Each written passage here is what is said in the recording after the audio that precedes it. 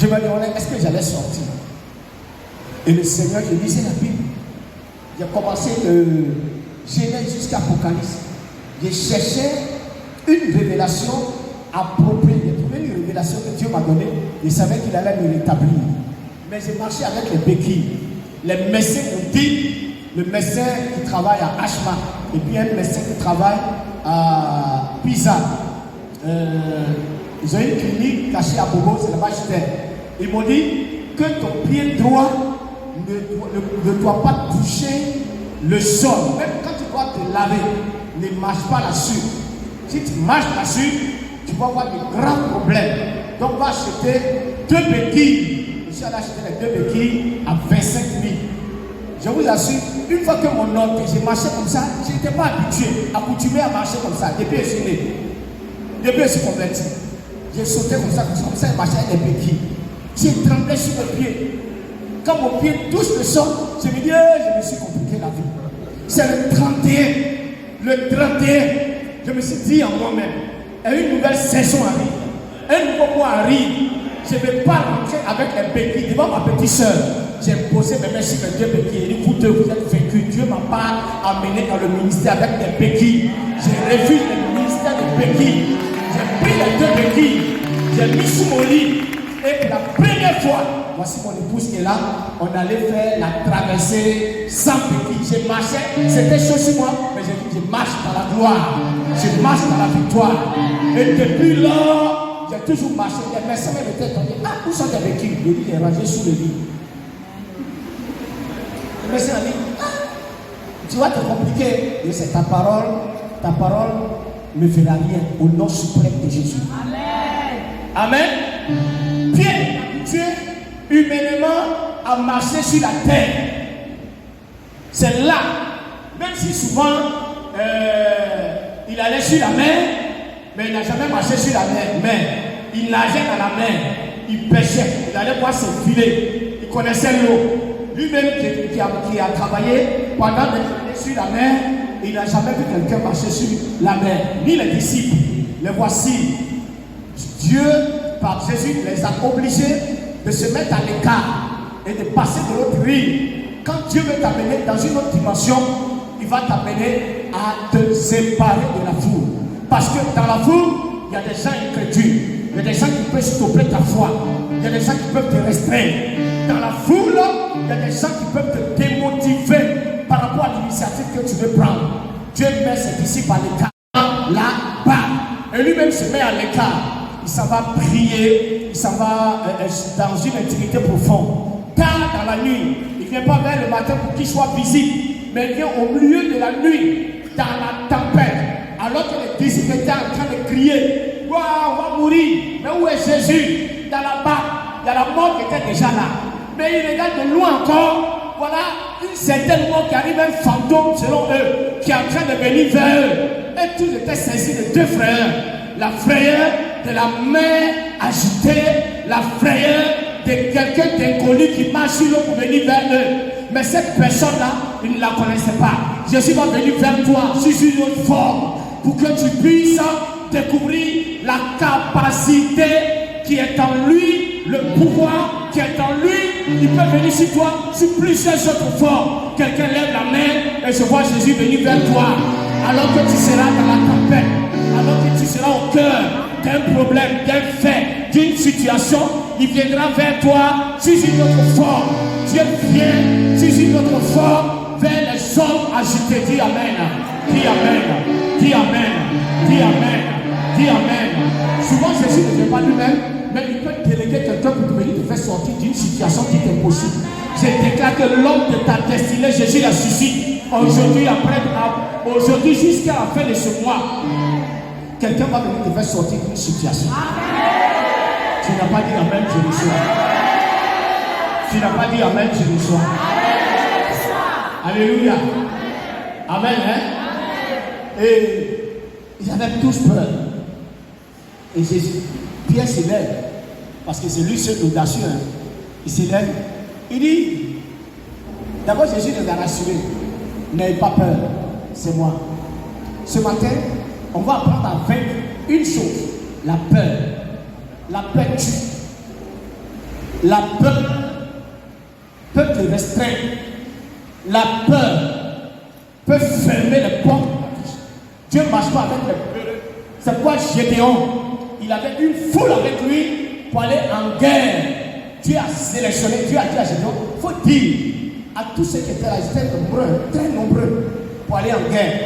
Dieu a dit à Gédéon, il faut dire à tous ceux qui craignent pour leur vie et qui ont peur de se retourner. Il y a eu une foule de personnes qui sont parties. Tous les peureux ont disparu. Dieu sélectionne. Il sélectionne. Il ne prend pas n'importe qui. Il ne prend pas les peureux. Il ne travaille pas avec les peureux. Avec les gens trop stressés. Quand tu as peur, tu seras enfoncé. Quand tu as peur, tu ne vas jamais évoluer. Peur d'entreprendre. Peur de sortir de la part. Peur d'expérimenter quelque chose de nouveau. Peur de jeûner. Peur de confesser ce qui est en train de te tuer dans le secret. Peur d'entreprendre ou même peur de faire quelque chose. Aujourd'hui, ce qui tue les chrétiens, ce qui freine les lames de l'église, c'est la peur. La peur de l'onction, la peur du Saint-Esprit, la peur d'aller de l'avant, la peur de quand dira-t-on, la peur de bouche des gens, la peur de la société actuelle, la peur d'expérimenter la puissance. Sinon, il y a des hommes de valeur, il y a des femmes de valeur, il y a des anciens de valeur, il y a des gens qui sont là, qui ont la compétence, avec qui Dieu veut travailler, Dieu veut composer. Mais c'est la peur qui les stoppe dans leurs pensées, dans leur cœur. Ils ne veulent rien apprendre.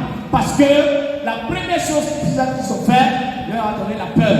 Les gens disent communément que si un serpent t'as quoi? Si tu vois, il y a des chrétiens qui ont ce langage. C'est le langage de certains chrétiens. Le prophète qui était venu là, il dit qu'il est guéri. Voilà un deuxième prophète. C'était le problème de la tsunamite. Quand il a construit la chambre haute,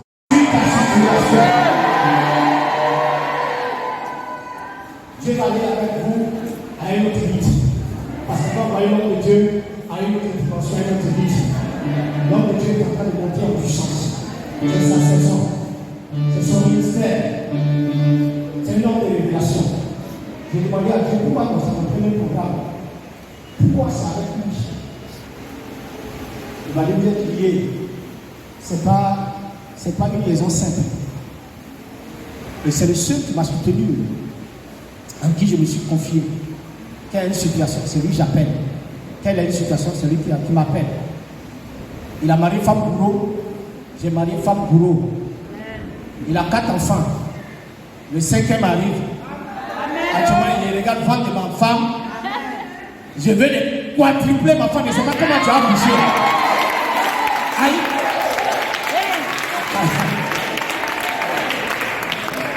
Il y a des choses, si vous ne déclarez pas, ce n'est pas quelqu'un qui a venu déclarer pour vous. Si vous voulez sortir d'une situation, n'attendez pas les gens, n'attendez pas un prophète. Vous n'avez pas besoin d'aller en pèlerinage en Israël pour dormir dans la tombe de Jésus pour te baptiser dans l'eau du Jourdain. Non, la foi n'est pas loin. Elle est dans ta bouche, confesse-la. Elle est dans ton cœur. Médite-la. C'est là. C'est des paroles certaines. C'est des paroles vivantes. La foi vient de ce qu'on entend. Je vais te motiver à être un challengeur de défis. Rien ne t'arrêtera, rien ne sera difficile pour toi. Si tu as la foi, comme rien ne s'est levé, rien ne te sera impossible. Dieu veut amener ton ministère à un haut niveau, à un niveau international. Les pays que ton père n'ont pas traversé, n'ont pas prêché, c'est toi qui vas implanter le réveil au Japon, le guide de réveil au Corée, au Pakistan. Je déclare que tu seras le futur missionnaire, le futur évangéliste que Dieu m'a envoyé sur ton territoire. Lève la main du yes.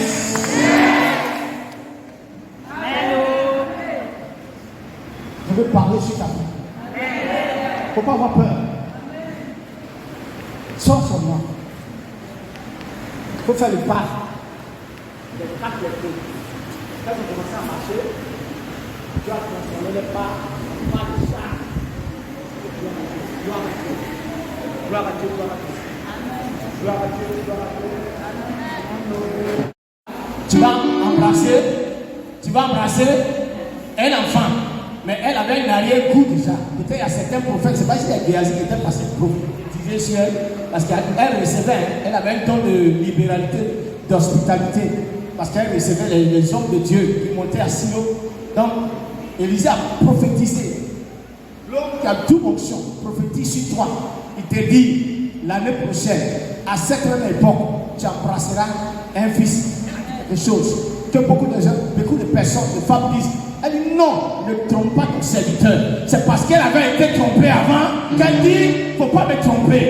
Quelqu'un dit amen. Je ne suis pas venu tromper quelqu'un, mais je suis venu te dire, à ta foi que tu as, mets l'audace. À ta foi que tu as, enlève le doute.